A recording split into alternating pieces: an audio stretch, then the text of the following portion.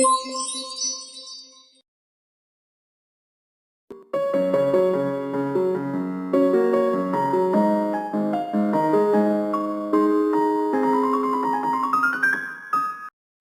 wabarakatuh. Di sini saya akan mewawancarai tentang sejarah Kota Palembang tahun 1900-an. Di sini saya akan memperkenalkan nama saya dan nama-nama kelompok saya. Perkenalkan, nama saya Khairul Ramadan, dan sebelah kiri saya dan sebelah kanan saya Muhammad Fadil Saputra, dan di sebelah kanan saya yang berdinas Dinas Kebudayaan dengan Pak Budi. Dan di sini saya akan mewawancarai tentang sejarah Palembang tahun 1900-an. Yang akan ditanyain oleh Lucy. Apa perang Sultan Muhammad Badarudin II dan apakah mengalami kekalahan? Perang Sultan Muhammad Badarudin II. Tanyanya nggak sejarah Kota Palembang atau langsung Sultan? Sultan Muhammad Badarudin II itu anak dari Sultan Muhammad Baharudin, yang mana dahulunya keratonnya ada letaknya di kawasan Andalusia ini. Beliau punya anak Sultan Muhammad Badarudin dan Najamuddin II. Nama kecilnya belum menjadi Sultan Muhammad Badarudin II yaitu Raden Hasan Pangeran. Beliau adalah ulama besar, penghafal Al-Quran, dan juga memiliki ilmu mengenai peperangan dan lain-lain. Pada tahun 1803, Sultan yang akan jadi Sultan Mahmud Badarudin II dan Hasan Pangeran Ratu yang akan jadi Sultan Badarudin II, beliau menggunakan taktik-taktik peperangan. Salah satunya peran yang penting adalah menghancurkan peperangan 1813, yang mana menghancurkan dan membubarkan VOC. Ya, VOC adalah salah satu persekutuan perdagangan dari Eropa yang mana untuk mencari rempah-rempah. Yang saat itu 1813 Sultan Badarudin II berperang di bintik ya, memiliki 3 pertahanan di darat buat benteng, di sungai dibuat jembatan yang pasang, dan di udara membuat jaring yang dibuat tinggi di atas keputaran atau keraton. Atap-atap keraton melebihi, gunanya untuk menahan bola meriam. Dengan kekuatan itu, 3 pertahanan yang ada di udara, di sungai dan di udara, Sultan bisa memenangkan melawan pasukan-pasukan dari kolonial VOC ya. Perdagangan di antara dari kolonial VOC ya. Perdagangan di antaranya Portugis, Belanda, Inggris, dan lain-lain. Hal tersebut memecahkan bahwasannya peran Sultan itu penting sekali, membubarkan namanya serikat perdagangan yang hancurnya kemungkinan dari Sungai Musi ini. Ya. Kemudian bubarlah, ceritanya kalah VOC dan bubarlah VOC, sehingga VOC bubar. Antara Belanda dan Inggris, mereka melakukan lobian, dan ternyata Belanda bukan condong ke lobian, tapi tetap akan menyerang benteng terbesar. Maka diadakan perang di Sungai Aur.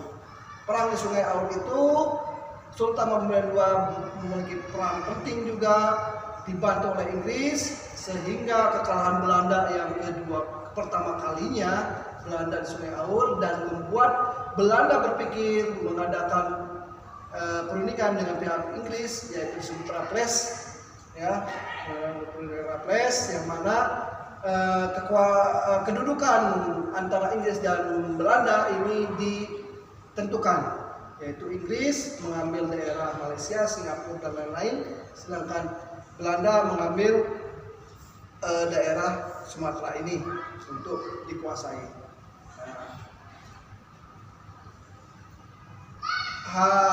Akhirnya pada tahun 1821 terjadi perang di Benteng Kota Besar, dan Benteng Kota Besar kalah oleh Belanda, oleh seorang laksamana bernama Munir Pandako.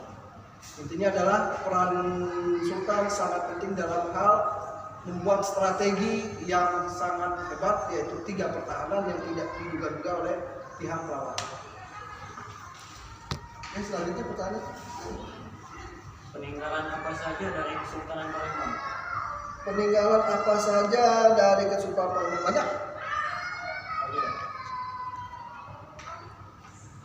Yang tertulis seperti kitab-kitab dan lain-lain, kemudian itu ada bahwasannya dulu Kesultanan Palembang ini berawal dari Ratu Sinuhun, yaitu seorang yang mengubah dari budaya dari masa keraton jadi Palembang Darussalam. Itu membuat sebuah kitab nama Kitab Sumber Cahaya, kemudian yang mengatur mengenai adat istiadat dan keislaman seluruhnya, sehingga berubah dari masa keraton menjadi Palembang Darussalam. Nah, dan hancurnya di 1821 setelah Sultan Mahmud Badarudin II dikalahkan oleh Meniar Pandakot tadi. Kedua, kekayaan kita berlimpah. Jangan jauh-jauh, emas aja bisa dibuat ke congket kok. Ya, emas. Saking kayanya kita, emas aja dilapisin ke benang songket. Oh, makanya kita ada songket, ya, benangnya benar-benar emas. Nah, terus apa lagi? Kita banyak rempah. Kita Venesianya Timur terkenal. Venesia ada suatu kota yang di Italia yang mana dia banyak sekali sungai-sungai, dan kita termasuk disebutnya Venesia dari Timur. Jadi memang semuanya banyak sekali, melimpah sekali kekayaan kita. Oke, selanjutnya. Apa peran Sultan Mahmud Badarudin II Dalam hal apa nih? dalam perangan VOC? Peran. Peran. Perannya di perang POC mengubah sejarah. Ya, perannya penting sekali, mengatur, menyerang, mempertahankan kedaulatan masyarakat Palembang atau kedaulatan Palembang sendiri agar tidak terjajah dari pihak kolonial atau POC Belanda. Jadi perannya memberontak, tidak ingin dijajah. Sangat sentral sekali sebagai pejuang dan membangkitkan masyarakat Palembang untuk melawan. Oke, ada lagi? Pada masa pemerintahan, kapan Masjid Agung berdiri? Baik. Masjid Agung Palembang itu berdiri bersamaan dengan dibangunnya benteng Kutub Besar. Nah, tahunnya 1600 Masehi, 1600 Masehi. Jadi saya ralat bukan 1900, 16 Masehi. 1617 Masehi. Ya. 1659 itu perang di Kuto Gawang atau di Pusri, dan kemudian hancurnya Kuto Gawang, yang mana berpindahlah dan muncullah namanya Sultan Mahmud Badarudin II, yang mana tinggalnya di Pasar 16 Bika bernama Keraton Beringin Janggut. Di situlah Sultan Mahmud Badarudin II memiliki keponakan namanya Najamuddin dan Sultan Muhammad Bahaudin, termasuk yang ayah dari Sultan Mahmud Badarudin II yang tinggalnya di musim ini. Nah, musim ini ya. Nah, tahun berapanya benteng Kuto Besar ini dibangun? Jadi begini, benteng Kuto Besar merupakan sebuah ide dari Sultan Mahmud Badarudin I Jayawikromo, ya, yang mana ingin benteng Kuto Besar merupakan sebuah ide dari Sultan Mahmud Badarudin I Jayawikromo, ya, yang mana ingin membuat benteng terkuat kedua setelah benteng Kuto Gawang yang di Pusri. Ya, kan sekarang jadi Pusri kan? Ya, dahulu itu keraton daerah situ. Seperti yang tadi kamu lihat kan, gambar lukisan tadi. Nah, benteng Kuto Besar, Kuto Gawang. Sultan Mahmud Badarudin I Jayawikromo ingin membuat benteng kedua, yaitu benteng Kuto Besar, yaitu sekitar 1717 Masehi, sekitar 1700, saya kurang hafal ya tepatnya. Jadi bersamaan membuat benteng Kuto Besar, maka Sultan Mahmud Jayawikromo membuat juga Masjid Agung Kota Palembang, ya. Nah, jadi batu peletakan pertamanya masjid itu oleh Sultan Mahmud Badarudin Jayawikromo. Wajar kalau Masjid Agung Palembang dahulunya tidak ada nama, sekarang sekarang ada namanya, yaitu Masjid Agung Sultan Mahmud Jayawi Romo. Ya, beliaulah yang membuatnya bersamaan benteng Kota Besar ini. Jadi gunanya apa? Satu benteng itu untuk menjaga keutuhan, sedangkan Masjid Agung untuk peribadatan. Selanjutnya, Udah aja, Pak. Oke, siap. Oke. Tutup. Sekian dari wawancara kami. Kami ucapkan terima kasih kepada Pak Budi.